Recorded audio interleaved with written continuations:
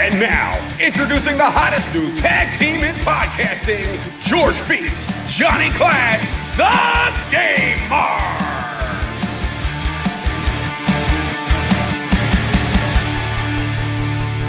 Welcome to the Game Marks podcast. My name is George Feast, and I, as always, am here with my tag team partner, independent wrestler Johnny Clash.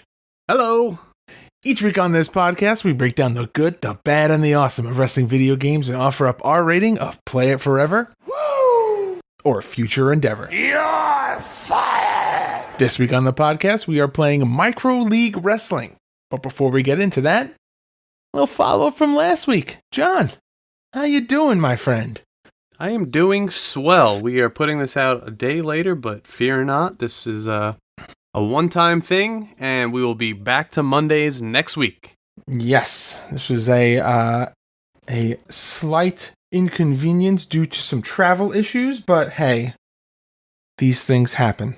So WWF SmackDown, one of the greatest wrestling games ever created. Yes, I said it. A little follow-up from one of the things we said about Gangrel's copyright. Gangrel was a clan from White Wolf's tabletop RPG Vampire the Masquerade. Says at will is ballin'. So yep. Other than that, they own the name, but Gangrel now owns the name because White Wolf went under. So again, yeah, thanks to at will is ballin' on Twitter for that correction and letting us know and keeping us accountable. And as always, leave us a review and 5 stars on Apple Podcasts and give us a follow on all social media at Game Marks Pod. Now, John, what do you say that we get into... You know what? No, even before that. Let's just touch on this really quick. Is this not the most important time of the year for gaming? We're coming off the holidays. Everyone's getting set for the new year. And this matters more now because it's the start of a new decade. So the next couple of weeks, this segment that we're about to get into is kind of important. And this is your segment. This is, you got your music that plays behind you. You rattle off these facts. I think we got to get into some gaming news, John. What do you think? And now this time of year, the gloves are off, the rumor mill is flying, and this is something we like to call gaming news. But hey, wait. I know there was that great setup and all that, but we actually have a sponsor for gaming news now, so you can just put that in right here. Hey, John, did you see that new shirt that we released over on GameMarksPod.com? Of course I did. I already cut the sleeves off and use it at every training session. Oh God, great! I'm sure that the internet and all of Twitter and Instagram can't wait to see your sleeveless selfies in the mirror.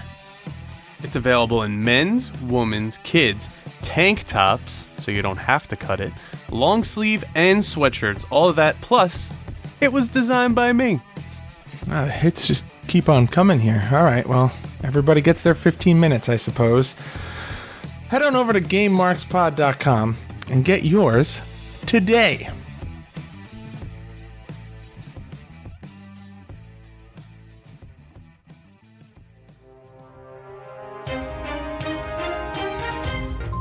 The next-gen console wars are heating up. The rumor right now is that the PS5 launch event will be February 5th in New York City, and their new slogan will be, "It's time to play." That sounds familiar. With the rumored release to be October 2020 and a price point of $499, it looks like the PS5 will get the jump on rival Microsoft, though the specs for the two consoles are close to the same. The biggest rumor as of now is that the PS5 will be backwards compatible, stretching all the way back to the PS1. So time to break out your Tony Hawk Pro Skater. And that's all for gaming news. Check back next week for more. And like we said, these next couple of months are crucial. It kind of sets the stage for, the next decade of gaming. New consoles, and how are they going to build on these consoles? How you used to have the PlayStation 4, and then you get the Slim, and then you have the Xbox One and the Xbox One S. All of these new tech specs are coming out. They're being released. Some have already been released, probably with more information to come. I'm actually kind of excited to see how they're going to build upon this within the next couple of years and come out with better versions of these consoles. What do you think you're going to go with? A PS5 or an Xbox Series X? Is it too soon to tell?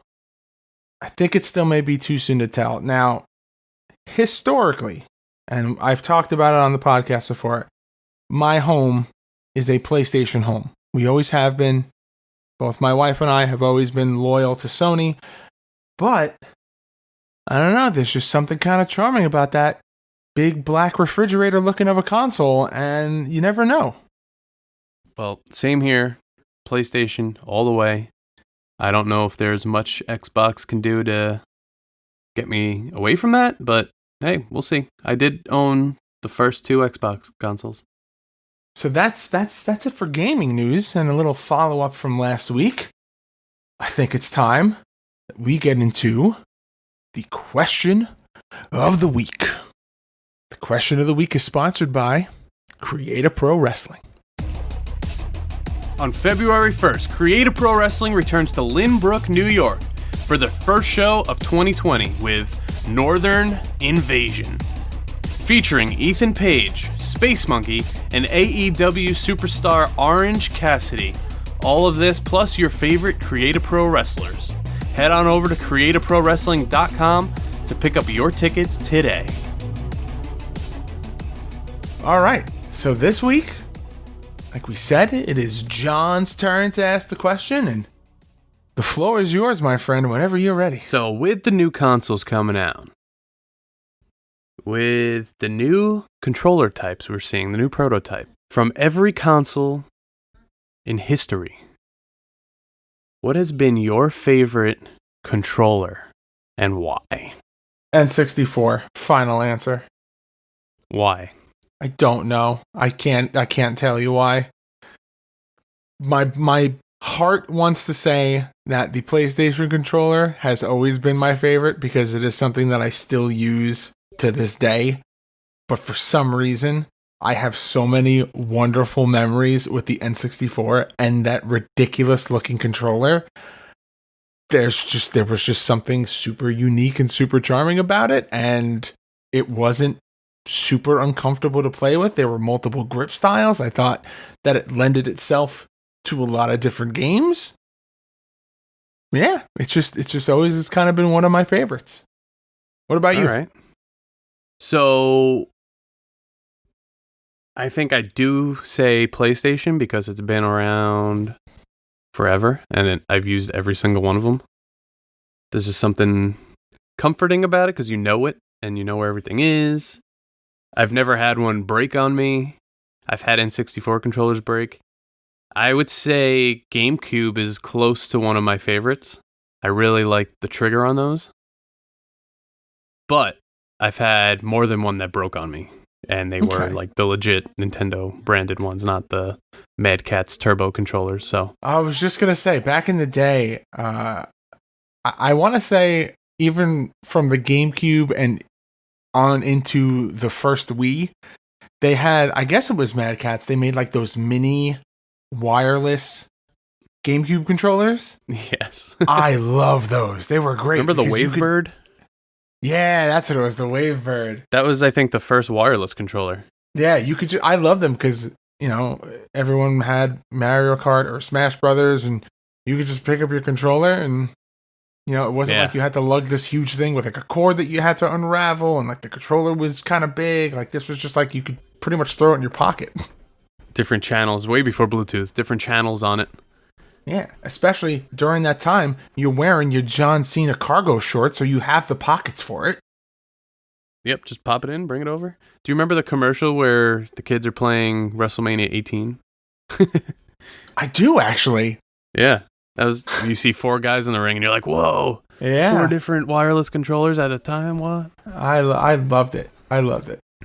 I think there's still one somewhere in I have like a retro console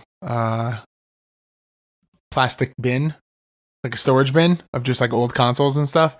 And I think I might actually have one of those. I'll I'll go hunting at some point this week, and I'll post a picture up on social media. Okay, please do. All right, so as always with the question of the week, we want to know what you guys think. So, I'm just realizing now, 2 weeks ago, I called out the G brothers, and I got no response. Ooh, you did. So I think we're gonna have to call out Brian and Kenny again. And I gotta know what their favorite controller is. I have to. But in addition, I think they might agree with you on this one. But you know what? And it's not just about the G brothers. I want to know at Willa's Ballin and at the Elder Spork. I want to know. I'm calling you out. Tell me your favorite controller. I want to know it. Let's get some good Twitter interaction, some good Twitter conversations. WCW Worldwide, tell us. Yeah. At CPA, Nick Stapp, Tim Gaines Wrestles. What's your favorite gaming controller? Oh, well, I have a natty light on a string. All right, let's get into the deep dive already. All right. And this week, the deep dive is sponsored by VGF Gamers. VGF Gamers are the largest silicone gaming brand in the USA. They have a variety of different and unique skins for PlayStation 4 and Xbox One consoles and controllers. Check out their products at VGFgamers.com and use code GAMEMARKS to receive 15% off on your order at checkout. That's GAMEMARKS at checkout. VGF Gamers. Better grips, better style. MicroLeague Wrestling. Released in 1987 for the Commodore 64 and the Atari ST, and in 1989 for the Amiga and DOS. Did you have this? I did not. This was not a DOS game that I owned. Oh, and you were what, 32 in 1989? No. Published and developed by MicroLeague. Now, MicroLeague was the first company to hold the WWF license for a video game, as well as the first MLB license game with MicroLeague Baseball. So the official game description is welcome to a new era for the World Wrestling Federation on your home computer with MicroLeague's WWF Match Disc. It's your strategy, not hand-eye coordination, that guide the moves of your wrestler. You can play against another competitor or go up against the computer who manages the opposing wrestler. In either case, you call the moves, and if they're executed, you'll boost your power and inflict grievous damage on your opponent. Once a wrestler's damage reaches a certain level, which depends on the type of match, one can go for the pin. Now, there are different odds for being able to execute a move. Odds which vary depending on what your move is, the strategy move by the other wrestler, and by the relative dominance of each wrestler at any particular point in the match. The odds aren't stacked by the computer to favor any wrestler because your strategy and maneuvers determine who wins the match. And whether Hulk Hogan, Randy Macho Man Savage, or Paul Mr. Wonderful Orndorff win the heavyweight championship, it's all up to you. But keep in mind that one match won't decide it forever. Just like in the WWF, in MicroLeague Wrestling, the tides of wrestling warfare do change, and no two bouts will proceed the same way. Add the ringside commentary of Vince McMahon, Bruno Sammartino, and Jesse the Body Ventura, and anything can happen. What a description. Oh, yeah. That really sells the game. I'm like, I'm ready to go. I'm ready to go. But then the bell rings. And I should say, after a 10-minute boot up, then the bell rings. Yeah, can we just put in right here that 20-second start track that you have to listen to every time you boot up the game? We'll just slip that in right here.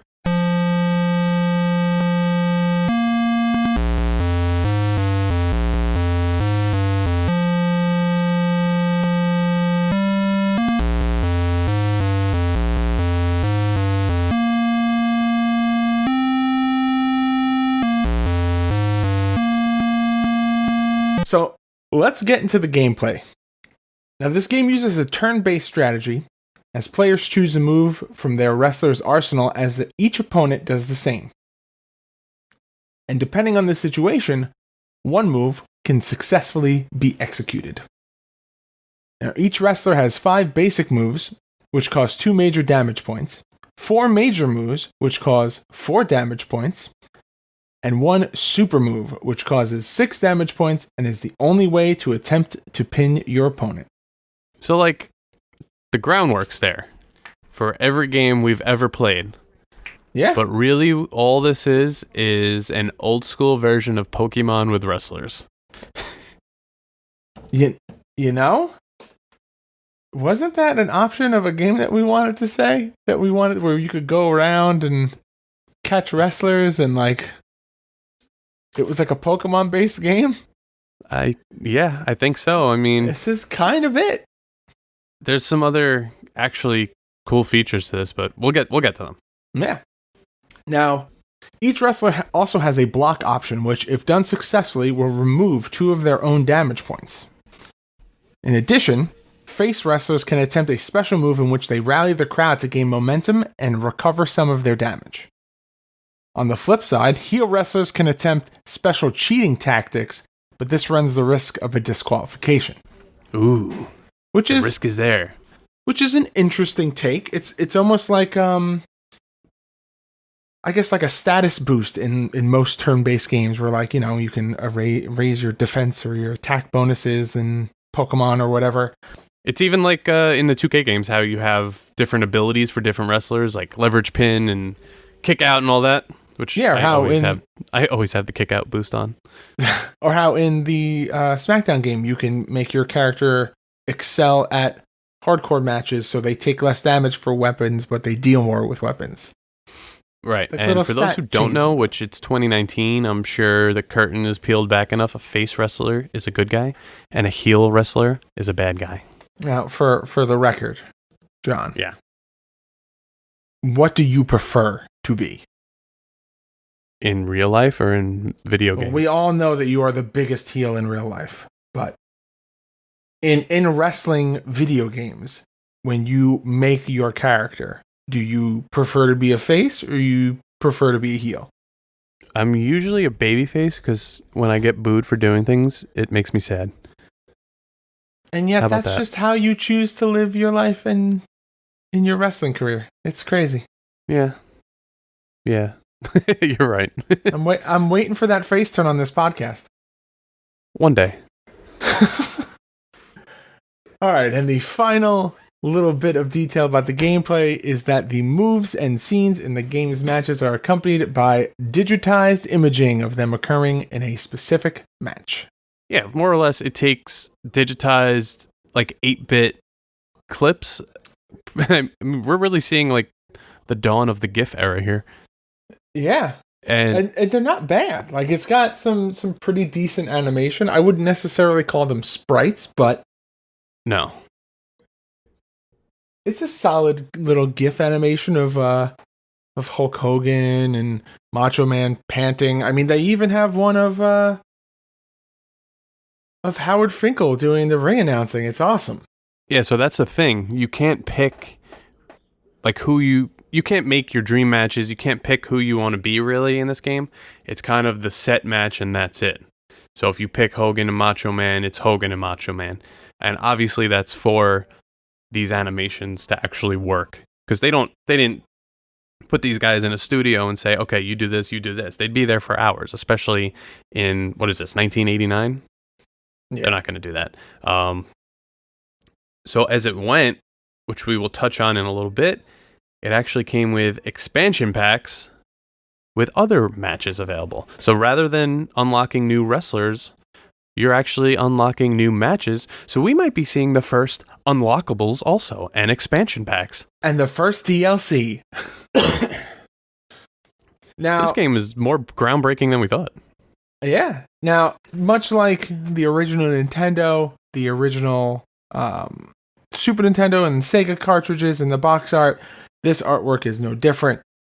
The Commodore, the Atari, they have their standards, their staples of design, and I do not think that this is any different. It's got its little pizzazz of a logo. It's very colorful.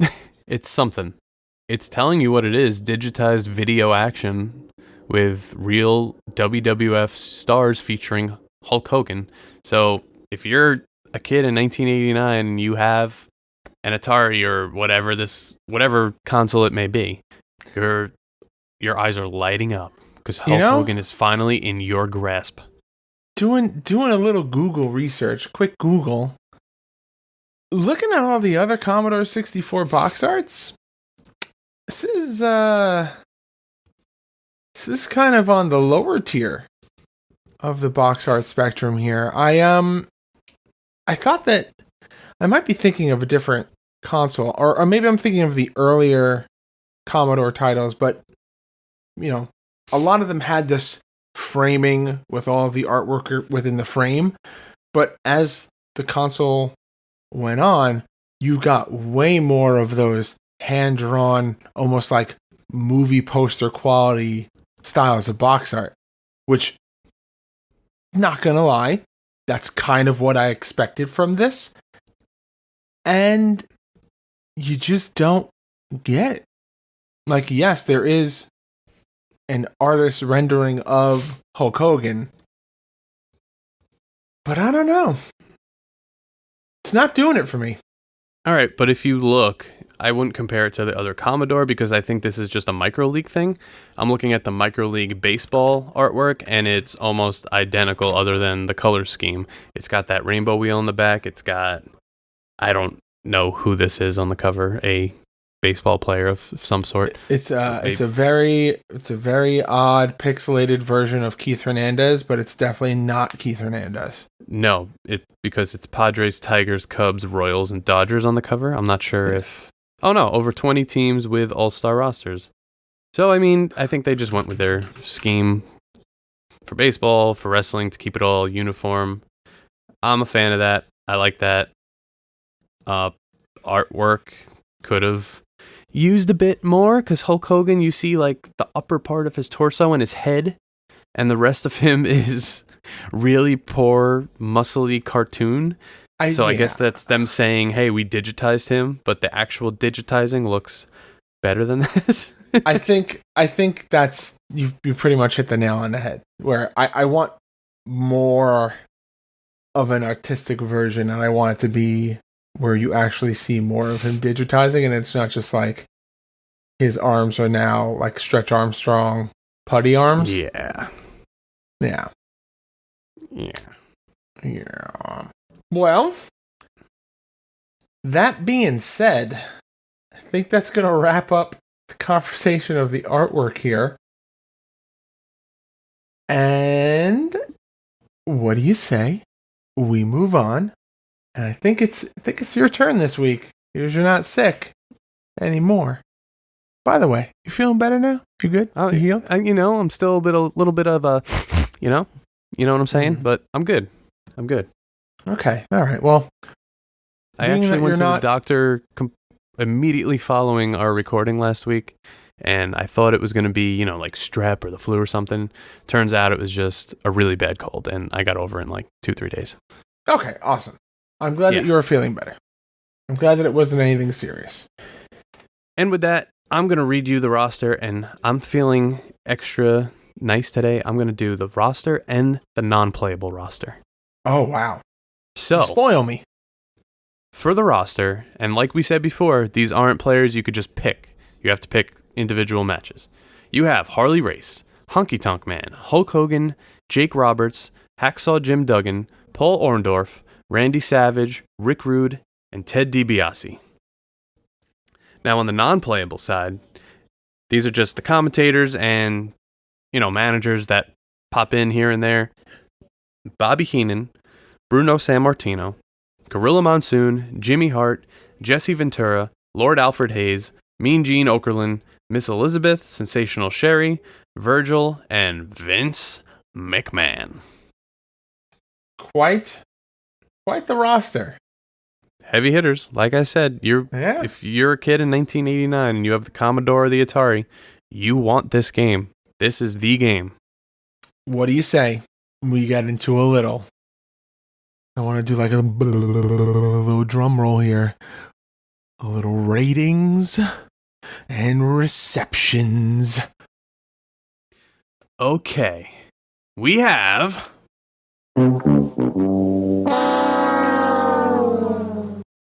What was that noise?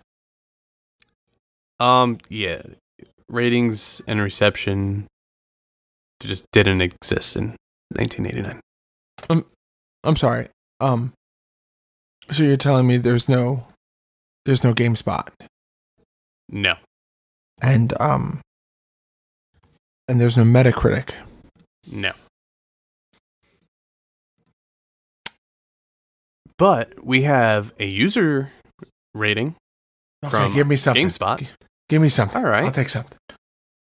So the user average for MicroLeague Wrestling, released in 1987 on GameSpot, is a 5.7. Okay. Yeah, so that's pretty much what we're working with here. But how about instead, we grace our listeners with some fast facts about MicroLeague Wrestling. Okay. I think that might help. You think that'll heal the wound a little bit? Let's go!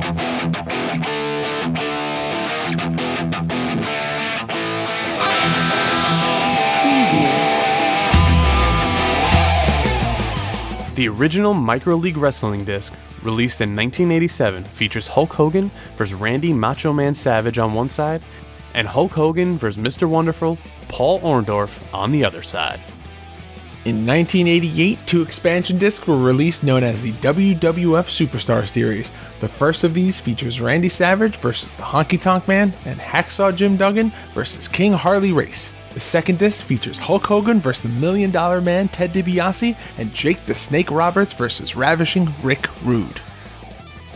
The Amiga and DOS versions, released in 1989, feature Hulk Hogan vs. Savage from a later match between them and Hogan vs. DiBiase. There were no expansions released for this version, as the WWF ceased production of the game to focus on console games.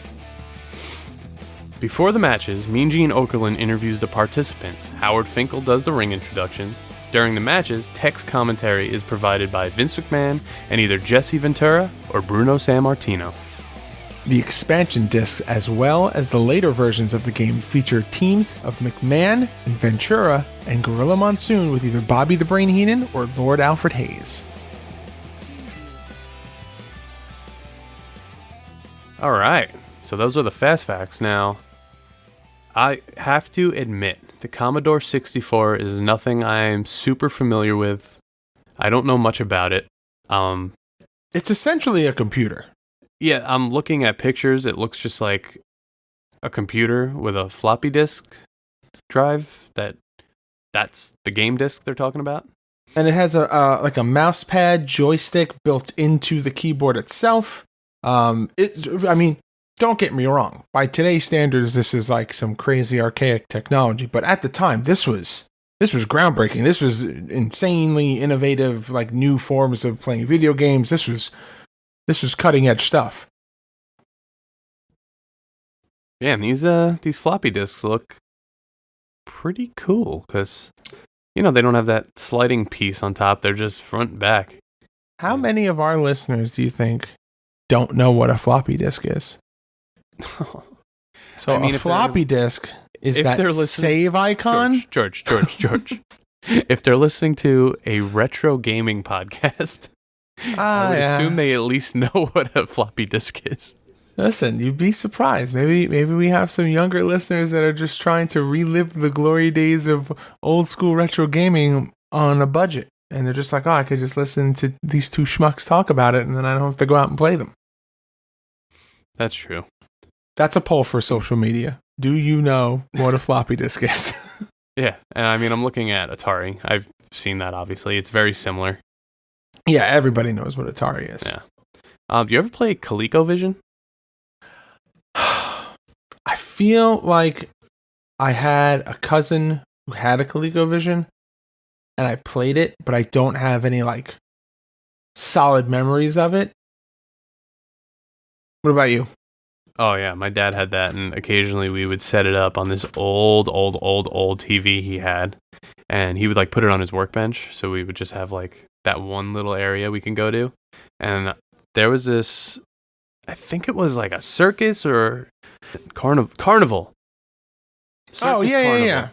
That was my favorite game. I don't know why I chose that over like the original Donkey Kong and like Burger Time. I was gonna say the original Donkey Kong is the best. You had like Frogger and Q*bert and Pitfall. Oh yeah. I would play all of those, but for some reason, Carnival was my thing. See, Pitfall was one of those DOS games that I always played. It was just pressing that button here, that little pew pew. Anyway, since we didn't have really the hardware or means to do a Clash at the Feast, we didn't. So here's the thing. We peek behind the curtain. We used an emulator this week to play the game. And while there are viable options for a Commodore 64 emulator, it is borderline impossible to get it to work. So I was able to get it to work, and we were able to play through the single player part of the gaming experience, but trying to do a versus match was pretty damn near impossible. Just the button mappings weren't working. I tried several different emulators to try to get it to work, and unfortunately, it just wasn't in the cards this week. So maybe down the line, I will continue to do my own hashtag deep dive into the Commodore 64 emulator scene, and maybe when we do that live stream, I'll try to make it so that we'll be able to do it live. But just this week, it wasn't cooperating. Either way, there's no video this week, obviously, because we didn't do it. But Georgie, you put out a video this week. I did. So, as you know, every week we talk about our sponsor. We have our wonderful gaming controller grip sponsor, VGF Gamers, and we got a couple of. My wife and I got some, and then you got one as well, and kind of, put a little video together of putting me and the missus. Yeah, a little unboxing, me and the missus putting our controller skins on, talk about and show all the features. Something that we don't mention is that the controller grips, they go on in about 10 seconds. I mean, in the video, have yourself a good laugh and watch me try to not, screw this up while I'm trying to record a video.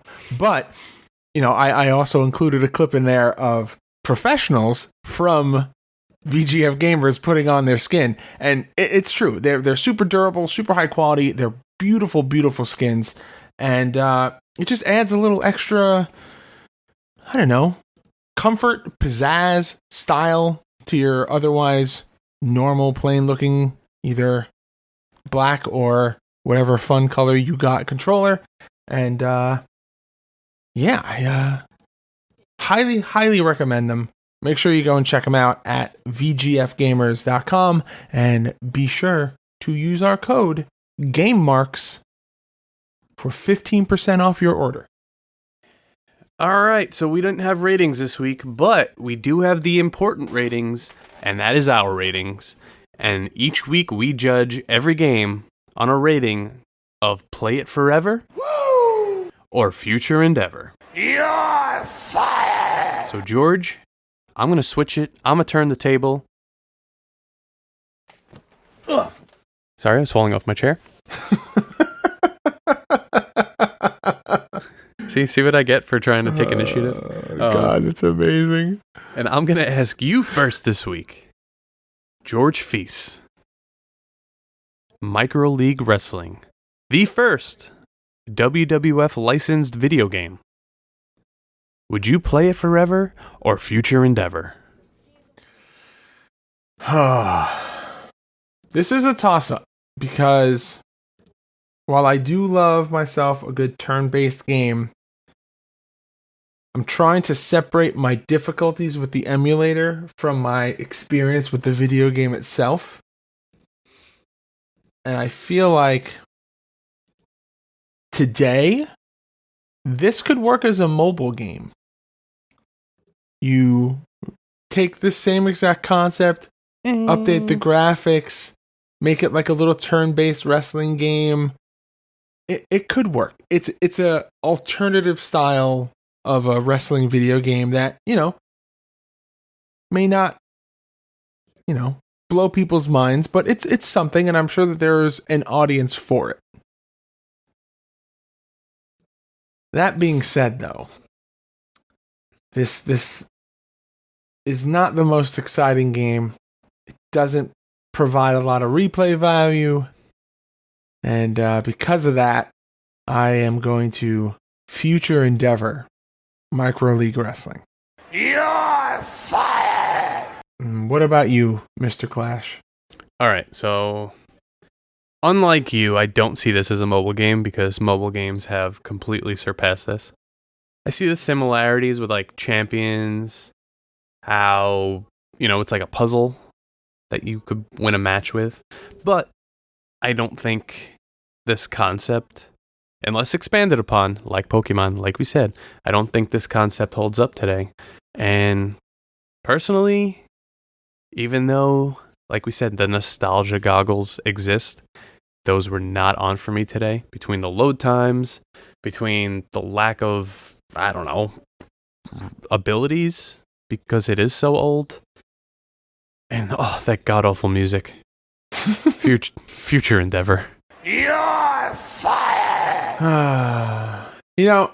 I'm slowly realizing that the longer we do this podcast and the more games that we play, I almost feel bad when we future endeavor a game. Just because, I almost want every game that we play to hold up. I don't know. Maybe I'm just being sentimental. But hey, next week on the podcast, we are going to be playing WWF Steel Cage Challenge, and I cannot wait. We're actually going to be playing the version that Johnny Clash unboxed on our YouTube channel. Which I have 2 of, because, my wife showed you that she bought me one for Christmas, and you didn't tell her I had it already. I tried really hard to explain to her that you had it without actually saying it because you were like 2 feet away from me. I was just like, look at this YouTube video that John definitely made holding the game. Cool. That's nice. That you definitely just bought. Either way, we will be playing the Plug and Play Steel Cage Challenge. Actually, Georgie, while we were at it, while I just mentioned that I have 2 of something, we just created a new Facebook community, a new group on Facebook called the Game Marks Podcast Buy, Sell, and Trade, where anyone is welcome to join. All you have to do is be accepted by an admin, which in this case is me or you. You could post your games that you want. You could post your games that you're getting rid of, games you're selling, games you're giving away, games you want to trade, everything. You could discuss our episodes. You could discuss the new games coming out. We don't care. We want to build this community, and this is one of the ways we want to do it. So I think I will be posting some stuff real soon there. Some doubles I have, some old games. So join it. It's facebook.com/groups/GMP trade. Or you could go onto our Facebook page, our Twitter, and you could just click the link. But that's going to do it for us this week on the Game Marks Podcast. Don't forget to follow us on all social media at Game Marks Pod. Leave us a review and a rating on Apple Podcasts, and subscribe to us wherever great podcasts can be found. John, say goodnight. Game over. Marks.